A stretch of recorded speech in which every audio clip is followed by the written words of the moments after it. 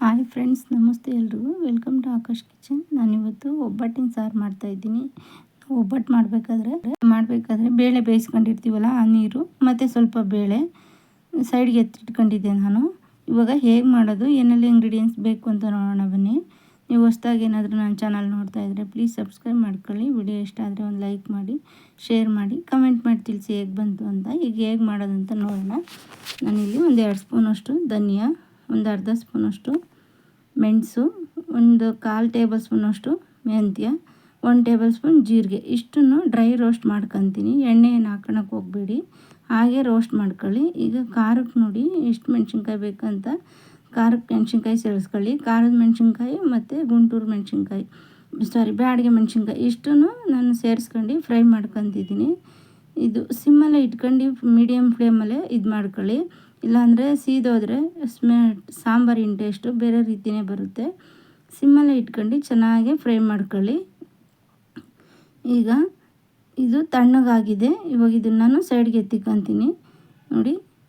ಈಗ ಇದನ್ನು ಒಂದು ಮಿಕ್ಸಿ ಜಾರ್ ತಗೊಂಡು ಚಿಕ್ಕದು, ಅದರಲ್ಲಿ ಪೌಡ್ರ್ ಮಾಡ್ಕೊಬರ್ತೀನಿ. ಈಗ ಒಂದು ಪ್ಯಾನ್ ಇಟ್ಕೊಂಡಿದ್ದೀನಿ. ಒಂದು ಸ್ಪೂನಷ್ಟು ಎಣ್ಣೆ ಸೇರಿಸ್ಕೊಂಡಿದ್ದೀನಿ ನಾನು.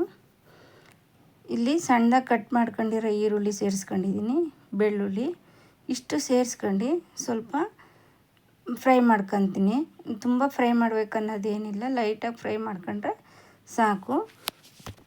ನನ್ನ ಸ್ಟೈಲಲ್ಲಿ ಒಂದು ಸಲ ನೀವು ಈ ರೀತಿ ಟ್ರೈ ಮಾಡಿ. ಸಾಂಬಾರು ಮಾತ್ರ ಸೂಪರಾಗಿ ಬಂದಿದೆ. 3 ದಿವಸ ಇಟ್ಕೊಂಡು ತಿಂದ್ರೂ ಹಾಳಾಗಲ್ಲ.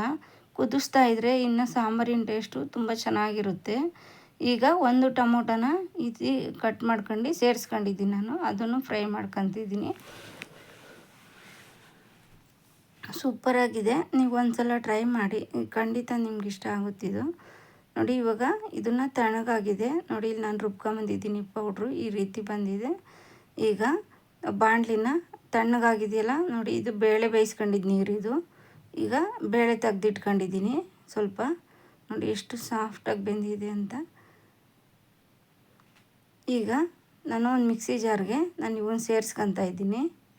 ಸೇರಿಸ್ಕೊಂಡು ಸ್ವಲ್ಪ ಇವಾಗ ನಾನು ತೆಗ್ದಿಟ್ಕೊಂಡಿದ್ದು ಬೇಳೆ ಮತ್ತು ಸ್ವಲ್ಪ ನೀರು ಸೇರಿಸ್ಕೊಳ್ಳಿ. ನೀರು ಸೇರಿಸ್ಕೊಂಡು ಬೇಳೆ ನೀರೇ ಸೇರಿಸ್ಕೊಂಡು ನುಣ್ಣಗೆ ಇದನ್ನು ಇವಾಗ ಪೇಸ್ಟ್ ಮಾಡ್ಕೊಂಬರ್ತೀನಿ ನಾನು. ನೋಡಿ ಈ ರೀತಿ ಪೇಸ್ಟ್ ಮಾಡ್ಕೊಂಬಂದಿದ್ದೀನಿ ನಾನು.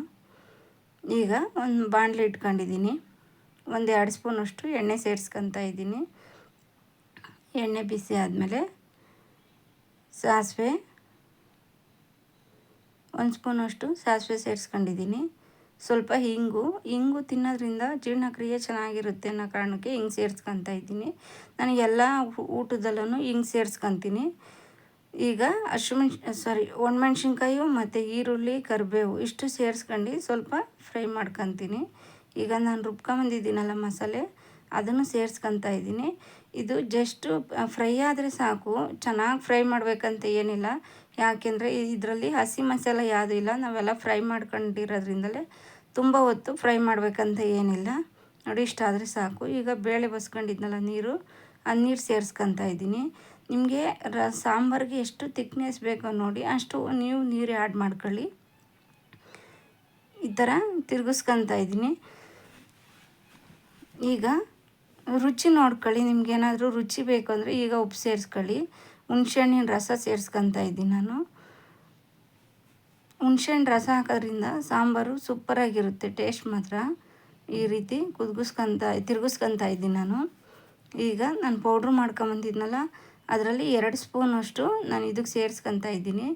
ಮಿಕ್ಕಿತ್ತು ಹಾಗೆ ಇಟ್ಕೊಳ್ಳಿ. ಇನ್ನೊಂದ್ಸಲ ಯಾವಾಗಾದರೂ ರಸಮ್ಮು ಸಾಂಬಾರು ಐಟಮ್ಸ್ ಮಾಡಿದಾಗ ಅದಕ್ಕೆ ಆ್ಯಡ್ ಮಾಡ್ಕೊಬೋದು. ಈಗ ಅರಿಶಿನ ಪುಡಿ, ಉಪ್ಪು ನೋಡಿ ರುಚಿ ನೋಡಿಬಿಟ್ಟು ಉಪ್ಪು ಸೇರಿಸ್ಕೊಳ್ಳಿ. ಉಪ್ಪು ಇಷ್ಟು ಸೇರಿಸ್ಕೊಂಡು ಇಷ್ಟ ಆದರೆ ಸಾಂಬಾರು ಸಾಕು. ಈಗ ಇದು ಒಂದು ಕುದಿ ಬಂದರೆ ಸಾಂಬಾರು ರೆಡಿಯಾಗಿರುತ್ತೆ.